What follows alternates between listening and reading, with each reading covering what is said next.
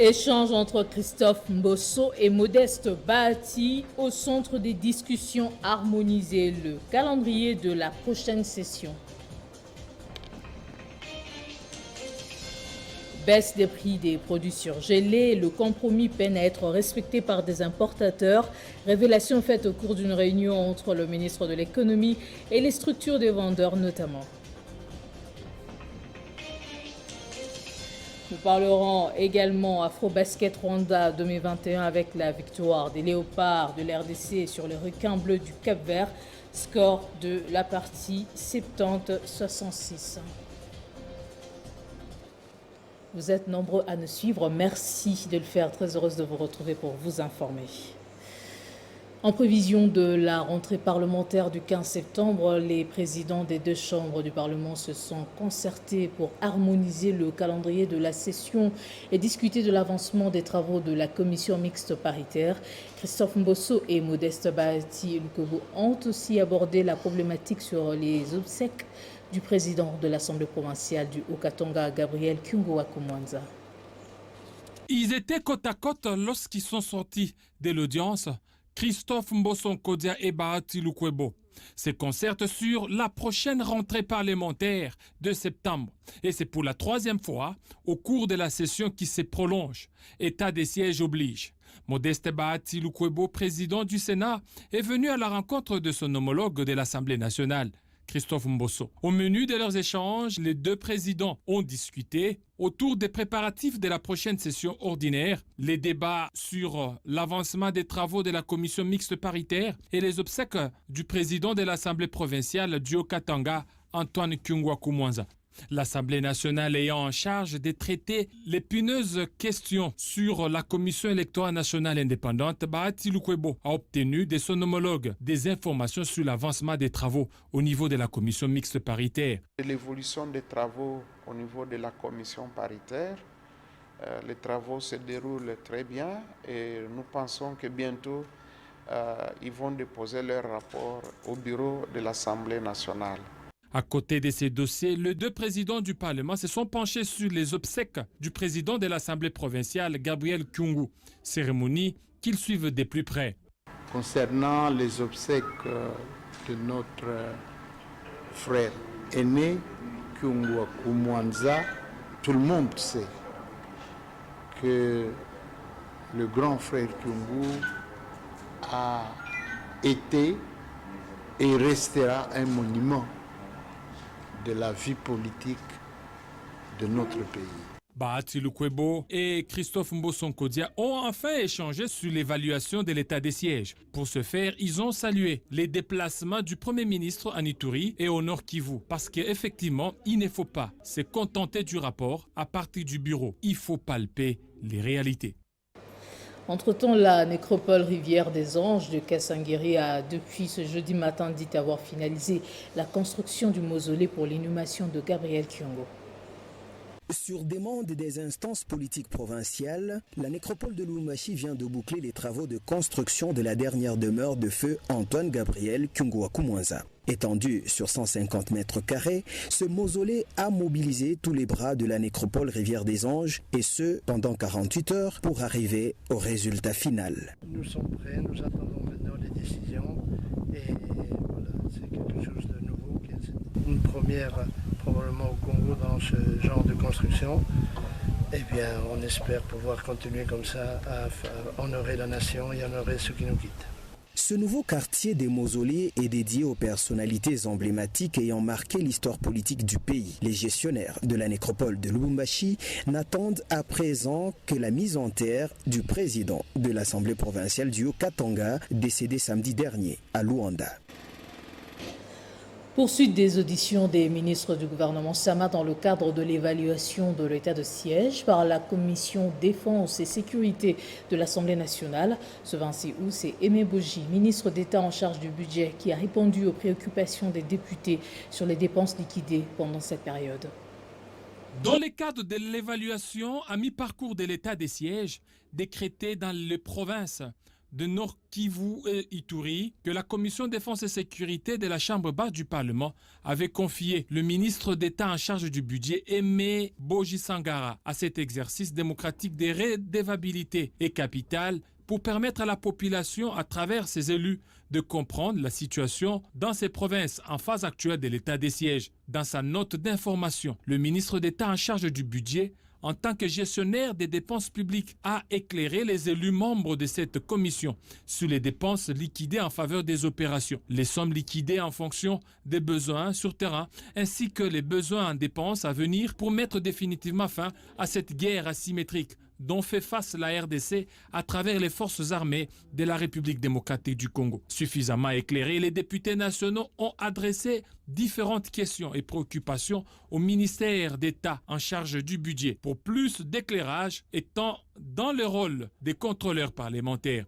Le ministère du Budget est au cœur de tous les dispositifs de l'exécutif national.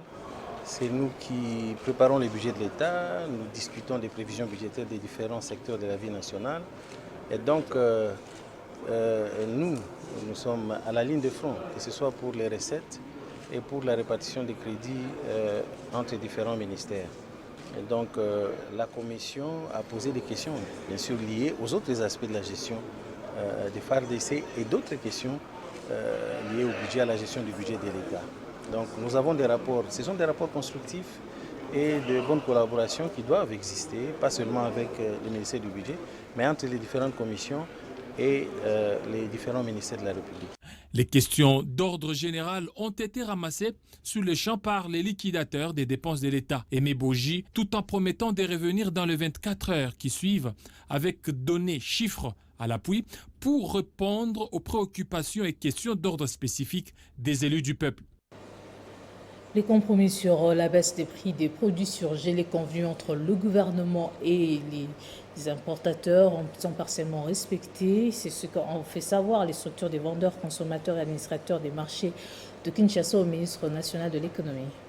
Le constat fait sur terrain relève que les efforts du ministère de l'économie nationale sont encore butés à la résistance de certains exportateurs qui en coulisses font la rétention de stock.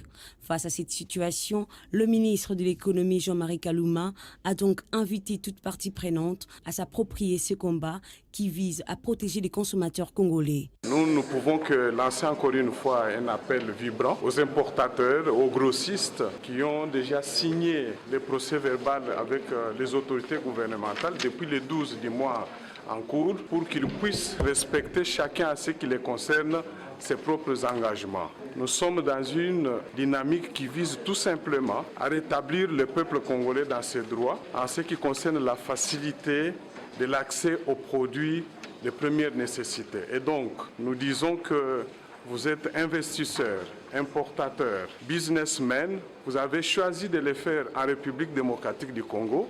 Nous sommes un État de droit, c'est-à-dire organisé sur base des règles, des lois. Vous devez aussi vous soumettre. De son côté, le président du syndicat national de vendeurs congolais sollicite des sanctions exemplaires à l'encontre de la récalcitrant et promet d'intensifier la sensibilisation pour obtenir l'application effective de nouveaux prix. Par ailleurs, le ministre de l'économie a échangé avec le professeur Mabi Moulumba qui a encouragé la démarche de l'économie nationale sur le juste prix de produits et de services en République démocratique du Congo. C'est l'objectif que doit atteindre le ministre de l'économie dans toutes les économies. Et chez nous, évidemment, le problème est particulièrement aigu parce que les prix ont toujours été difficiles à être maîtrisés. Et le ministre de l'économie est la pièce maîtresse dans cette quête. Le juste prix de produits et services, cheval de bataille du ministre de l'économie pour protéger non seulement le consommateur, mais aussi les entreprises locales. Lutte contre la Covid-19, les experts congolais à l'heure de l'évaluation du programme multisectoriel d'urgence d'atténuation des impacts de cette pandémie en RDC. C'est l'objet d'un atelier organisé ce jeudi, chapeauté par le ministre d'État en charge du plan, Christian Wando, à l'hôtel Béatrice. Le 18 juin 2020, le chef de l'État Félix Tshisekedi avait lancé officiellement le programme multisectoriel d'urgence d'atténuation des impacts de la Covid-19. À l'instar d'autres pays du monde touchés par cette pandémie, l'objectif était de réduire les effets multisectoriels causés par la Covid-19. Au cours de cet atelier technique, des experts et partenaires du gouvernement venus des différents secteurs de la vie nationale se sont retrouvés une année après afin de passer en revue différentes actions menées dans le cadre de ce programme. Marcel Kanda Moukania en est le coordonnateur. Cette revue qui s'est faite maintenant après plus d'une année de mise en œuvre de ce programme a comme objectif de nous aider à comprendre ou à savoir quelles sont les avancées, quelles sont les réalisations sur terrain, quels sont les goulots d'étranglement, qu'est-ce qui a bloqué peut-être la mise en œuvre d'une manière ou d'une autre, et quelles sont les mesures qu'on pouvait proposer pour apporter des ajustements à cet outil programmatique qui est très important, étant donné que la pandémie continue à faire son chemin. Tout en félicitant les participants pour la qualité du travail abattu, le secrétaire général du plan, qui a ouvert ses travaux au nom du ministre d'État en charge du plan, Christian Mwando Simba, les a rassurés quant à l'accompagnement du ministre du plan, responsable technique de ce programme. Je vous invite à faire une comparaison rigoureuse entre ce qui avait été programmé et les résultats atteints, aussi bien sur le plan physique, financier, que sur le plan de fonctionnement des structures censées jouer un rôle dans la mise en œuvre. À noter que les rapports finaux issus de ces assises seront présentés prochainement au chef du gouvernement, Jean-Michel Samaloukonde, au cours d'un atelier de restitution. Le ministre de la Recherche scientifique et innovation technologique en mission officielle dans le Haut-Katanga, à son arrivée, José Panda a été accueilli par une délégation composée des officiels et des cadres de Congo Espoir, son parti politique. C'est par l'aéroport international de la Luano que le ministre national de Recherche scientifique et innovation technologique, José Panda Kabangu, a foulé le sol du Haut-Katanga. À son arrivée, il a été accueilli par une forte délégation composée des officiels et cadres de Congo Espoir, son parti politique. Les députés nationaux, dont Nanou Memba, les membres de la coordination régionale Congo Espoir Grand Katanga, représentés par Bob Ditend, et la fédération du Haut-Katanga, avec François Bongoy en tête, ont répondu à l'accueil. Je viens pour vraiment présenter les condoléances à toute la population du Katanga, Grand Katanga. Et également, ça s'est coïncidé avec une mission que j'avais ici au Katanga. Le Premier ministre m'a envoyé avec une grande délégation de Saint-Péry, de INERA, du CGA et même des CRG et des CRGM pour qu'on arrive à contacter. Il y a eu des rumeurs, des petits bruits qui couraient autour d'exploitation. On a arrêté des camions avec des matières non acceptables pour l'exploitation au pays, en compagnie. Mais également, je tiens à saluer, puisque vous voyez qu'il y a les cadres de mon parti, Congo Espoir. J'ai des députés nationaux et provinciaux dans cette province, la grande province du Katanga, qui sont là avec nous. Et c'est dans cette ambiance-là qu'on va évaluer, et politiquement on en profite, mais également pour l'aider qui nous a frappés, mais également aussi professionnellement avec ceux qui vont accompagner. Voilà ce qui a poussé notre arrivée dans la ville de Lubumbashi. De l'aéroport, le cortège a pris la direction du siège local du parti où plusieurs cadres et militants l'attendaient avec cris de joie, chants et danses. Parlons cette fois du secrétariat exécutif du gouvernement provincial du Lualaba qui promet de traduire en justice les acteurs de l'ignoble acte de création des comptes Twitter fictifs au nom de la gouverneure intérimaire Fifi Masuka.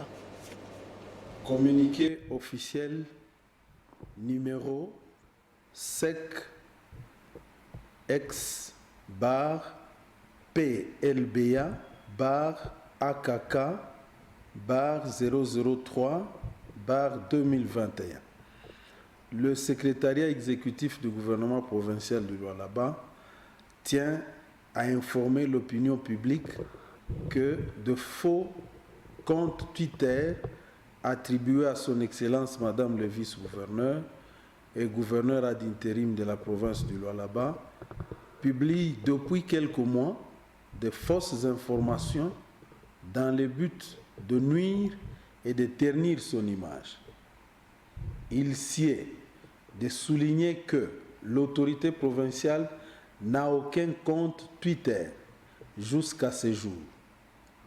Tout compte Twitter portant son nom ne lui appartient pas. Les dispositions nécessaires pour rechercher et traduire en justice les acteurs de cet acte ignoble d'intoxication via les réseaux sociaux ont été prises. Fait à Kolwezi le 25 août 2021. Secrétaire exécutif du gouvernement, Archimède Kabea Kalas.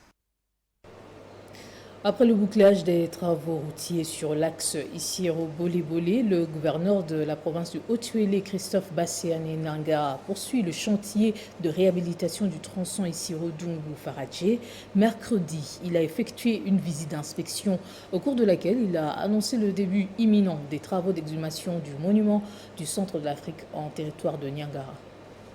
C'est en personne que le gouverneur du Haut-Uélé, Christophe Bassiani Nanga, s'imprègne l'évolution de ce chantier lancé tout juste à un mois par la Régie provinciale de travaux publics sur ce tronçon Isiro-Rungu-Dungu-Faradje-Watia. Arrivé dans cette localité de Ganga, l'autorité provinciale se lance dans la sensibilisation de ses concitoyens autour de son ambitieux chantier de créer le corridor oriental.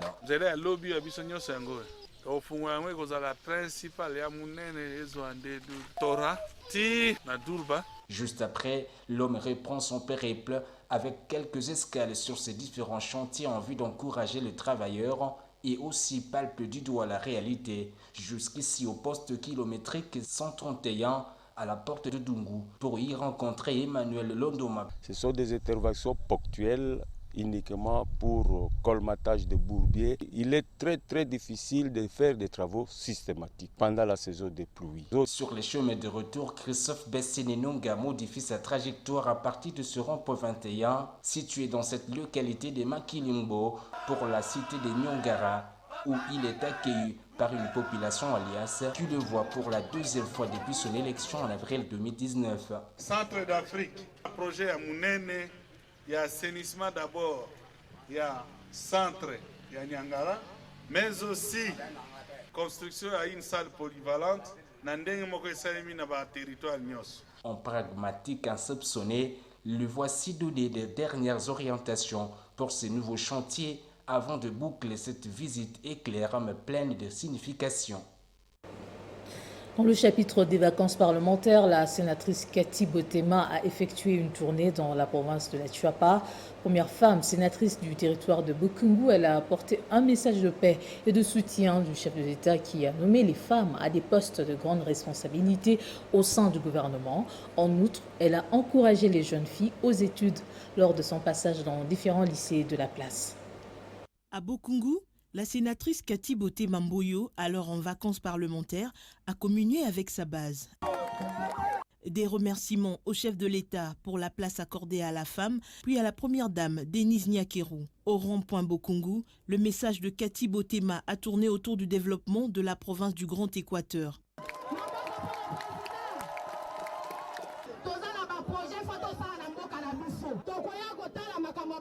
En tant que sénatrice, je suis donc votre porte-parole auprès du chef de l'État. Et nous militons pour le développement des infrastructures à la Chuapa, notamment par la construction des écoles, des hôpitaux ainsi que des aéroports. S'en est suivi plusieurs visites, notamment à l'église catholique ainsi qu'à l'hôpital général de Bokungu, où elle a posé un geste louable en honorant les factures de plus d'une vingtaine des femmes retenues à la maternité.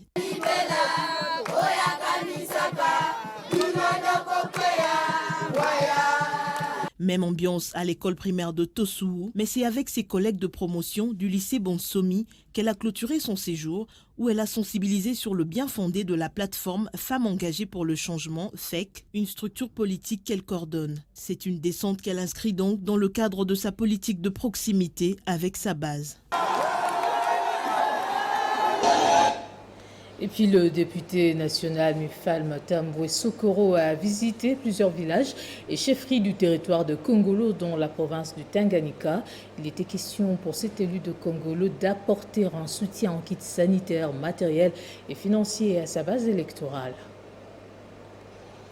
Autorités politico-administratives et coutumières en tête des pelotons étaient présentes au pied de l'avion pour les mots de bienvenue à l'endroit de l'élu de Kongolo. Aussi, une masse humaine de ces territoires dans la province du Tanganyika s'était-elle mobilisée pour affirmer son attachement à Mufalame Ntambwe, député national élu de ces coins. Tous n'avaient que le nom de Sokoro à la bouche, témoignage de leur soutien pour ses actions accomplies en la faveur de la communauté. Aussitôt arrivé, Mufalame Ntambwe Sokoro s'est consacré à son programme axé sur l'amélioration des conditions de vie de ses électeurs et du développement socio-économique de cette contrée. Parmi les premiers bénéficiaires, ce sont les membres de l'association des chariots-humaines des Congolo à qui il avait doté des parcelles en vue de l'érection de nouvelles cités. Afin de parachever cette action, Mufalame Ntambwe Sokoro a remis un lot important de matériel de construction. Poursuivant dans son parcours, il s'est rendu sur les ponts Kamwe, reliant les villages de Kulumbe et Kawala, et ensuite à la rivière de Moudika pour s'imprégner des travaux de construction de 2 autres passerelles, déjà au dernier virage du finissage. L'étape suivante, c'est le centre de santé des références de Nongé pour procéder à son inauguration.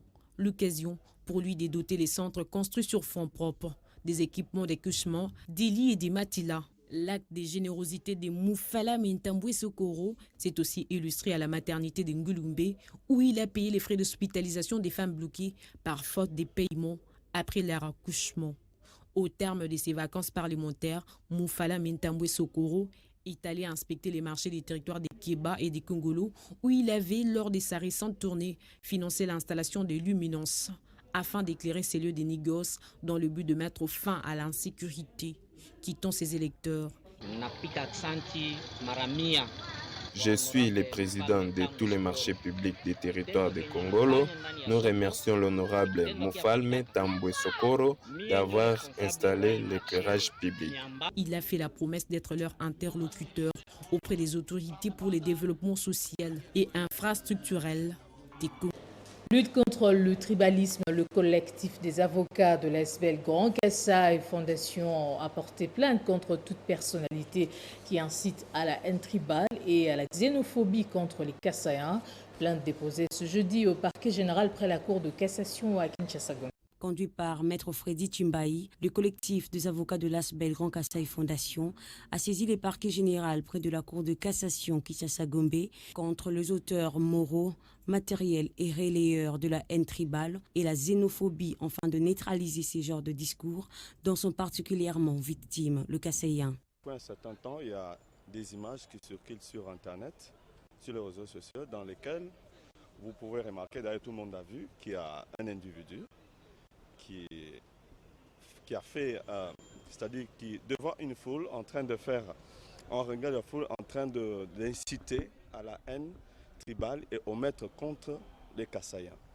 C'est ainsi que notre client, le Grand Kassai Fondation, nous a, n'est-ce pas, demandé de venir faire une dénonciation auprès du procureur par la Cour de cassation, afin qu'il puisse mener des enquêtes et appréhender ces individus-là. Pour l'instant, c'est au procureur de faire ce travail-là. Nous avons déposé aussi la copie d'un vidéo, parce qu'il y en a plusieurs, il n'y a pas qu'une. Il y a 2 ou 3 vidéos, nous avons déposé et lui saura quoi faire avec. Mieux vaut prévenir que guérir, dit-on. Le Grand Kassai Fondation s'engage désormais à poursuivre en justice, au pays comme à l'étranger, toute personne qui alimente et incite à la haine tribale contre le Congolais de l'espace Kassai. En sport, les Léopards de l'RDC ont évité le pire ce jeudi lors de leur 2e sortie de l'Afro Basket Rwanda 2021. Les Fauves congolais ont réussi à se débarrasser des requins bleus du Cap-Vert sur le score de 70-66 au bout d'un match plein de suspense et plein de rebondissements à Kigali Arena. Conscients de l'enjeu de ce match, les Fauves congolais se sont donnés à fond. Dès le premier quart-temps, ils ont réussi à créer un écart de 5 points, soit 17-12, face à un adversaire qui a terrifié l'Angola. En première journée, les poulains de Mathias Ekoff vont baisser à leur pavillon et laisseront plus d'espace aux Cap-Verdiens qui vont vite revenir dans le match et vont gagner le deuxième quart-temps 22-18. La RDC ira alors à la pause avec un léger avantage, soit 35-34. Au retour des vestiaires, les Léopards vont conserver plus de balles et mettront le requin bleu dans une situation difficile. Henri Pouono va ainsi se distinguer en marquant plus de points, ce qui permettra aux Fauves congolais de gagner ses troisième cartons 21-13. Porté par Joël Almeida, le Cap-Vert va se réveiller au quatrième et dernier carton et va l'emporter 19-14. Les Léopards vont s'en sortir grâce à une bonne gestion du match en dépit de quelques déchets techniques. Lors de ce match, Henri Pouono va se distinguer en inscrivant 19 points, 9 rebonds et 4 interceptions, alors que Maxi Chamba réussira 8 passes décisives. La République démocratique du Congo doit vite oublier ses succès face au Cap-Vert et se concentrer sur le match de la troisième journée contre l'Angola, prévu le samedi 28 août, puisque dans ce groupe A, tout reste à jouer. Place au rappel des titres. Échange entre Christophe Mbosso et Modeste Bahati au centre des discussions, harmoniser le calendrier de la prochaine session. Baisse des prix des produits surgelés, le compromis peine à être respecté par des importateurs. Révélation faite au cours d'une réunion entre le ministre de l'économie et les structures des vendeurs notamment. Nous avons également parlé Afrobasket Rwanda 2021 avec la victoire des Léopards de l'RDC sur les requins bleus du Cap-Vert.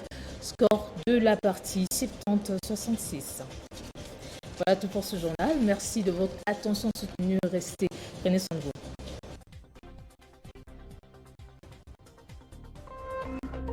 Téléchargez les infos Télé 50 sur www.tele50.cd. Message de condoléances. À la suite du décès inopiné de l'honorable Antoine Gabriel Kungwa-Kumanza, président de l'Assemblée provinciale du Haut-Katanga et président du conseil d'administration de la SNCC, le président du conseil d'administration, les directeurs généraux adjoints, tous les administrateurs et tous les personnels de GECAMIN SA présentent à l'Assemblée provinciale, au gouverneur de la province du Haut-Katanga, aux familles biologiques et politiques des illustres disparus, leurs condoléances les plus émues. La GECAMIN se joint également à la grande société sœur, la SNCC, dont l'honorable a dirigé les conseils d'administration avec un sens élevé du devoir et du patriotisme. Que l'âme de l'illustre disparu repose en paix. Ntambwengoy Kabongo, directeur général adjoint, Albert Yuma Moulimbi, président du conseil d'administration. À l'occasion du 40e jour du décès de Feu Mwamba Kawaya Cardozo, décès survenu en Afrique du Sud en date du 21 juillet 2021, la famille Mwamba informe aux parents, beaux-parents, amis et connaissances qu'une messe d'action de grâce sera dite au monastère du Carmel en date du 28 août 2021 de 16h à 18h sur l'avenue chrétienne numéro 40, quartier Jamaïque, dans la commune de Kintambo, référence à côté du grand séminaire Saint-Kagwa et du centre thérésianum des Pères Carmès d'Elvaux. Après la messe, un bain de consolation sera organisé au même lieu. Fille Kinshasa, le 25 août 2021, signé pour la famille le général Kanyama Sishiku, Biloko Célestin.